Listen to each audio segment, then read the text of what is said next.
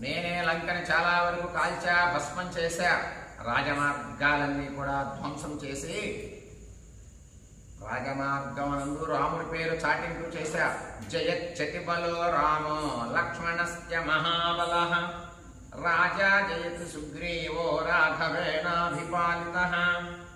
లంకాపట్టణంలో రాజమార్గాలన్నీ ధ్వంసం చేసేటప్పుడు నేను ఈ మాటలు అనుకుంటూ తిరిగా. జయచ్చతి బలో రామో లక్ష్మణస్య మహాబలః.